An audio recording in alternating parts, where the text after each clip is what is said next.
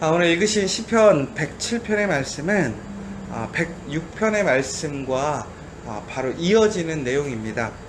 그런데 큰 맥락으로 보자면 106편은 소단원의 마무리 짓는 부분이고요. 이 107편은 다음 소단원의 시작 부분이죠. 그러니까 이어지지만 또 동시에 나눠지는 부분인데, 이 106편은 어떤 상황을 이야기를 하고 있었냐면 바로 이스라엘이 그 고난 중에, 특별히 페르시아의 바벨론에 이제 포로로 끌려가 있을 때에 그들의 그 상황 속에서 하나님 앞에 간구하고 부르짖는 이야기라고 한다면, 이 107편은 바로 그 고난이 해결된 상황을 이야기하고 있습니다. 그래서 우리 107편을 통해서 이제 많은 사람들이 이제 하나님께 감사의 이야기, 감사의 제물을 올리고 있습니다. 그런데 이 107편의 전체적인 이야기 중에 이제 새로운 소 단원이 시작되어지는데, 왜 107편이 이렇게 가장 먼저 그 앞부분에 왔을까라는 부분들을 좀 생각해 보면 결론은 바로 이것입니다. 바로 우리가 하나님 앞에서 제일 먼저 해야 할 일이 과연 무엇이냐? 그것은 바로 하나님의 인자하심과 신실하심, 더 나아가서 하나님의 그 은혜를 감사하는 것이 모든 일의 시작이라는 것입니다. 그래서 우리가 무엇인가 새로운 일을 하고 또 새로운 변화 속에서 우리가 어떤 그 일 자체를 잘하는 것이 중요한 것이 아니라, 먼저 그 일을 이루신 분이 누구인지를 기억하고, 더 나아가서는 그 일을 아름답게 인자하시게 선하시게 이끌어가신 하나님을 기억하면서 다시 한번 하나님께 감사할 수 있는 것, 바로 그것이 우리가 받는 은혜의 그 복을 유지해가는, 더 큰 복을 받을 수 있는 길이다라는 것을 오늘 이제 107편에서는 이야기를 하고 있는 것입니다. 그런데 우리가 요즘 보면요, 참 이 감사라는 게, 우리가 항상 감사하자고 하잖아요. 감사가 좋다고 얘기하는데, 받은 은혜가 많아도요, 감사는요 쉽게 잊혀지는 것 같아요. 그러니까 저희가 누군가에게 참 큰 은혜를 입어도 그 은혜를 입었던 마음들이 시간이 지나면 어떻게 되면 조금씩 줄어들게 되잖아요. 그래서 처음에는 너무나 감사했는데 조금 시간이 지나면 그것이 뭐 당연한 것처럼 느껴지기도 하고, 더 시간이 지나가면 그것이 오히려 감사했다기보다는 불평과 불만이 오히려 나오는 모습들을 우리는 좀 보게 됩니다. 특별히 우리의 모습들은 성경에서 보면 많은 그 이스라엘 사람들의 모습을 통해서 볼 수가 있어요. 오늘도 하나님 안에서 이렇게 은혜를 입은 이스라엘은 하나님 앞에 감사합니다. 감사의 제의를 드리죠. 그런데 역사를 보면 항상 그랬어요. 이스라엘은 하나님의 그 은혜와 자비와 신실하심 가운데서 그들의 그런 어떤 문제와 어려움들을 해결받습니다. 그때는 항상 그들이 너무나 기쁘게 찬양하고 감사하죠. 그런데 조금만 신앙이 지나면 그 감사보다는 그 현실 속에서 다시 경험하게 되는 문제와 어려움 때문에 항상 불편하고, 그 불평하고, 또 하나님께 문제를 제기하고, 종국에는 하나님을 비판하고 하나님과 떨어져가는, 그래서 다시 한번 그들은 하나님 안에서 누려야 될 은혜를 누리는 것이 아니라 하나님과 분리됨으로 인하여 그들은 심판을 받거나, 혹은 그들 스스로 하나님의 은혜에 머무르지 못함으로 항상 평안하지 못하고 하나님 안에서 있는 주어지는 그 복을 누리지 못하는 모습을 보게 되죠. 그런데 하나님은 항상 신실하셔서 인자하셔서 그러한 상황에서 항상 부르짖는 그 소리에 응답하시는 하나님이라는 거예요. 오늘 이스라엘 사람들이 하나님 앞에 부르짖는 그 동기를 보자면, 전국에는 그들이 하나님 앞에 마땅히 지켜야 할 것, 하나님의 언약을 깨워버렸습니다. 그래서 하나님께서는 그들을 다시 깨끗게 하기 위해 그들을 이방의 나라의 손에 옮기신 거죠.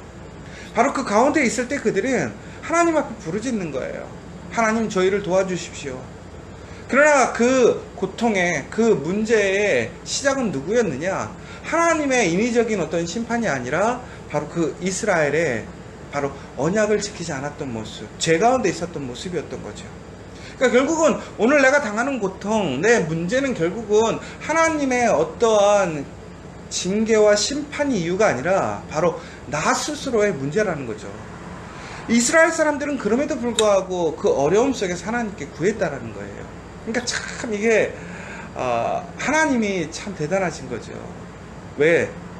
항상 보면 문제를 일으키고 배신하고 언약을 깨는 것은 사람이에요.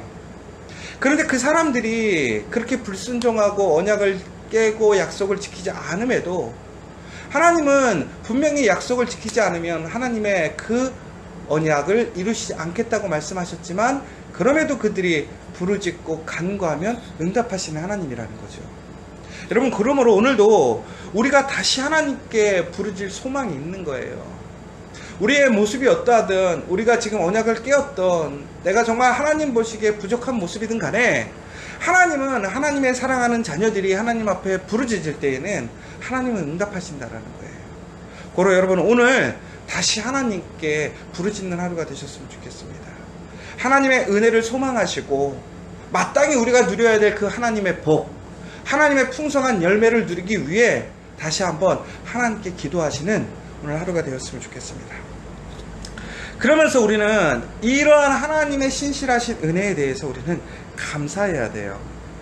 그런데 우리는 이 감사하기보다는 항상 당연하게 생각하는 일들이 참 많다라는 거죠. 참 아쉬운 게 뭐냐면요, 요즘에는 갈수록 감사의 말이 없어지는 것 같아요. 요즘에 세상적으로 보자면 요즘에 그런 거 있잖아요. 김영란법. 그래서 우리가 선물을 줄 때는 얼마 이상 주면 안 된다. 그래서 이제 공직자라든가 교직원들에게 그렇게 하면 안 된다라고 해서 이제 어떤 분들은 이게 참 좋다고 얘기하시는 분들도 있고, 어떤 분들은 좀 세상이 좀 너무 삭막해질 것 같다라고 하시는 분들도 있어요. 그런데 이것이 요즘에는 점점 어디까지 확장이 되냐면, 우리가 서로가 서로에게 인사하고 또 감사했던 그러한 좋은 것들도 없어지는 것 같아요.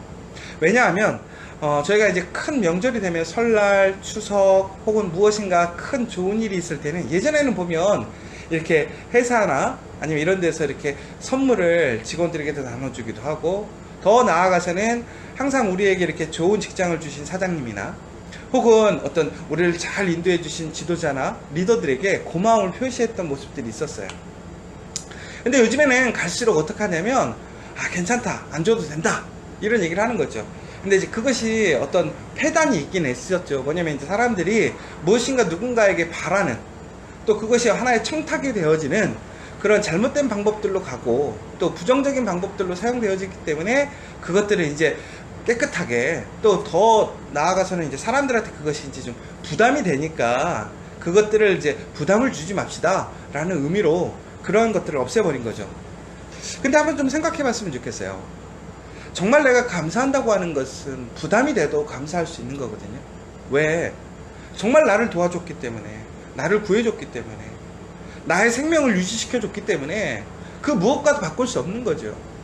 그럼으로 인해서 어떻게 하는 거예요? 감사하는 거예요. 고맙다고 얘기하는 거예요. 저는 오히려 이제는 좀 우리가 다시 감사함을 좀 회복했으면 좋겠어요. 내가 마땅히 감사해야 될 분이 있으면 찾아가서 감사하다 이야기하고, 나를 정말 끝까지 도와줬던 그 감사함이 있으면 잊지 않고 매년 그분들에게 감사함을 이야기하면 좋겠어요. 올해 당장 그 감사함이 나에게 주어지지 않을지라도 내가 그 감사함 때문에 오늘 있는 거잖아요.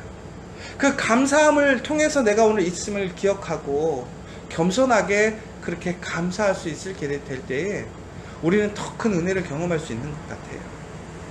바로 오늘 이 본문은 우리에게 그 이야기를 하는 거예요. 우리가 감사를 한다고 하는 것은 결국은 무엇이냐? 하나님의 은혜를 잊지 않는 거예요. 그럼 다시 얘기하자면, 하나님께서 우리에게 베푸신 사랑과 은혜를 잊지 않기 위한 가장 최고의 방법이 뭐냐? 바로 감사하는 거예요. 그 감사라는 것은 단순히 세상적으로 얘기했을 때 물질의 이야기가 아니라, 바로 그 하나님의 인자하시고 선하신 사랑, 그 은혜를 우리의 입술과 우리의 기억으로, 감사의 찬양으로 매일매일 드려진다면 우리는 그 하나님을 잊지 않을 거예요. 하나님의 신실하신 능력을 잊지 않을 거예요. 하나님의 자비하심을 잊지 않을 거예요. 그래서 우리는 결코 어떠한 잘못된 길로도 나아가지 않게 된다는 것이죠. 그런데 우리가 감사를 잃어버리면 우리는 하나님을 잃어버려요. 하나님의 능력을 잃어버려요. 하나님의 신실함을 잃어버려요. 그러니까 전국에는 우리가요, 감사라고 하는 것은 단순히 누군가에게 아부하는 것이 아니라, 좋은 말을 하는 것이 아니라, 그 감사라는 것은 다시 한번 내가 받았던 은혜를 기억하는 것이고, 그 사람이 누군가를 기억하는 것이고, 그 관계를 끝까지 이어주는 좋은 것이 된다는 거예요. 바로 오늘 이 시간 여러분들 다시 한번 그러한 감사를 회복하셨으면 좋겠어요. 감사는 결코 손해가 아닙니다. 오히려 감사는 우리가 미래를 위한 투자예요. 이렇게 얘기하면 좀 웃기죠? 하나님 앞에 감사해 보세요. 여러분에게 어떤 일이 일어날까요? 여러분, 누군가가 여러분에게 매일 찾아와서 감사하다고 해요. 그럼 여러분, 그 사람이 왔을 때 음료수라도 한 병 더 주지 않아요? 그 사람 주려고 뭔가라도 하나 더 챙기지 않아요? 그 사람이 뭔가 대단한 일을 하지 않아요. 물질적으로 나에게 도움을 주지 않아요. 근데 나에게 와서 매번 그런다고 생각해 보세요. 너무 감사했다고, 너무나 고맙다고, 항상 감사드린다고. 여러분, 하나님도 마찬가지죠. 우리가 하나님께 감사할 게 없나요? 아니죠. 이미 하나님께서 우리에게 해주신 것은 너무나 많아요. 그것에 대해서 감사할 것만 해도 우리는 너무너무 많은 거죠. 그러나 우리는 또한 감사할 수 있는 것은 뭐냐? 바로 미래에도 하나님은 동일하게 행하실 거라는 거예요. 그 믿음으로 감사할 때, 그 믿음의 감사는 전국에는 우리의 열매가 되는 거예요. 여러분, 하나님이 우리에게 행하셨던 일을 감사하십시오. 그리고 또한 믿음으로 하나님께서 우리에게 행하실 일들에 대해서 감사하라는 거예요. 그러면 그 감사가 전국에는 우리를 구원하게 된다는 거예요. 오늘 이스라엘은 그래서 결국은 하나님 앞에 이렇게 얘기하잖아요. 목마르고 고난받고 쉴 곳 없던 그 사람들이 이제는 안식의 자리를 얻고 체험의 자리를 얻고 회복의 자리가 되었고, 다시 그들은 다시 시작할 수 있는 사람이 되었다는 거예요. 공동체가 되었다는 거예요. 그러므로 그는 오늘 감사한다라는 거예요. 그리고 그 감사로 시작하겠다라는 거예요. 사랑하는 여러분, 그 감사를 통해서 다시 살아나는 역사, 그 은혜를 누리는 여러분 되시기를 간절히 소망합니다. 오늘 이 시간 함께 기도했으면 좋겠습니다. 여러분 지금 감사하고 계십니까? 특별히 오늘 두 가지를 위해 기도했으면 좋겠습니다. 은혜 받은 일을 잊지 않고 감사하는 사람, 우리 가정, 공동체가 될 수 있도록 함께 기도해 주시면 좋겠습니다. 두 번째는 고난과 문제 안에서도 감사를 통해서 변함없는 하나님의 은혜를 경험하는 사람들이 될 수 있도록 우리 이 시간 함께 감사하며 기도하는 시간이 되었으면 좋겠습니다.